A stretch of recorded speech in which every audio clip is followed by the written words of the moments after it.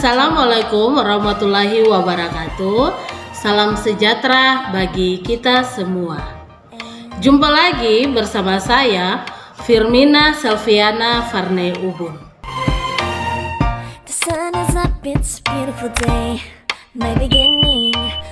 Ada pepatah mengatakan, berakit-rakit ke hulu, berenang-renang ke tepian, bersakit-sakit dahulu, bersenang-senang kemudian.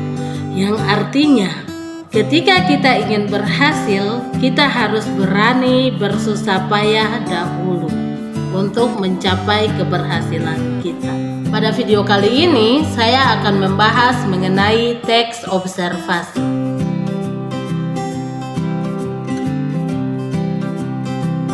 Ada yang tahu apakah itu teks observasi dan apa itu observasi?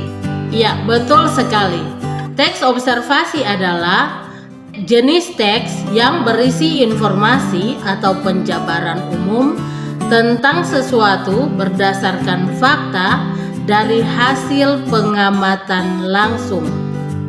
Artinya, teks ini harus memberikan informasi yang mudah dipahami dan sesuai dengan fakta yang sesungguhnya di lapangan. Itu adalah pengertian dari teks observasi. Bagaimana? Mudah sekali, bukan?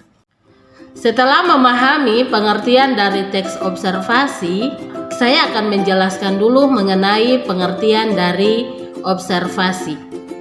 Observasi adalah kegiatan pengamatan yang dilakukan untuk mendapatkan informasi pada suatu objek. Nah, mudah sekali, bukan? Itu adalah pengertian dari observasi. Setelah memahami pengertian dari teks observasi dan observasi, sekarang kita masuk pada pembahasan yang kedua, yaitu ciri-ciri dari teks observasi. Ciri-ciri teks observasi yang pertama adalah mengandung fakta. Maksud dari mengandung fakta adalah ketika kita melakukan kegiatan observasi atau kegiatan pengamatan, kita harus mencari informasi yang sesuai dengan fakta dan kejadian yang ada. Jadi tidak bersifat mengarang atau bersifat fiksi. Ciri yang kedua adalah bersifat objektif. Maksud dari bersifat objektif adalah tidak dibenarkan untuk memihak pada seseorang atau pihak manapun. Mudah sekali, bukan? Nah, kita masuk pada ciri yang ketiga, yaitu ditulis secara lengkap dan sempurna. Maksud ditulis dari secara lengkap dan sempurna adalah ketika kita menyusun teks observasi harus ditulis sesuai dengan struktur kebahasaan di dalam teks observasi. Ciri yang keempat yaitu ditulis secara menarik dan logis. Maksud ditulis secara menarik dan logis adalah jika kita menyusun teks observasi, kita menggunakan istilah-istilah yang bersifat ilmuwan, bahasa-bahasa Latin, atau bahasa-bahasa gaul masa kini untuk menambah informasi di dalam teks observasi untuk menarik perhatian dari pembaca. Kemudian, secara logik adalah ketika kita melakukan atau membuat teks observasi, bahasa yang kita gunakan harus masuk akal atau logik. Ciri-ciri teks observasi yang terakhir adalah menggunakan bahasa baku. Nah, penggunaan bahasa baku atau bahasa resmi di setiap jenis teks yang ada di dalam bahasa Indonesia harus menggunakan bahasa yang resmi atau bahasa pemersatu, yaitu bahasa Indonesia. Nah, setelah membahas mengenai ciri-ciri dari teks observasi, kita lanjut pada pembahasan yang berikut, yaitu struktur teks observasi. Struktur teks observasi sebagai berikut.